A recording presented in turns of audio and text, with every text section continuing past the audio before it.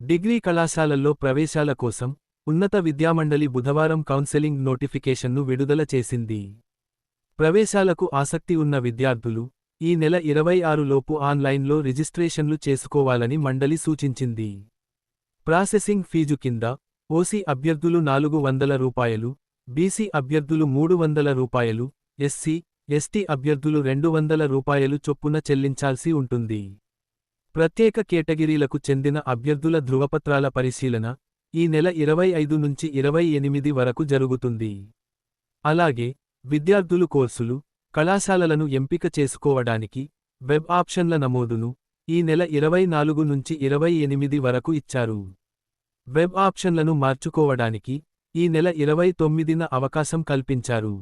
సీట్ల కేటాయింపు ప్రక్రియ ఈ నెల 31న జరుగుతుంది. ఆ తర్వాత సెప్టెంబర్ 1 నుంచి తరగతులు ప్రారంభం కానున్నాయి.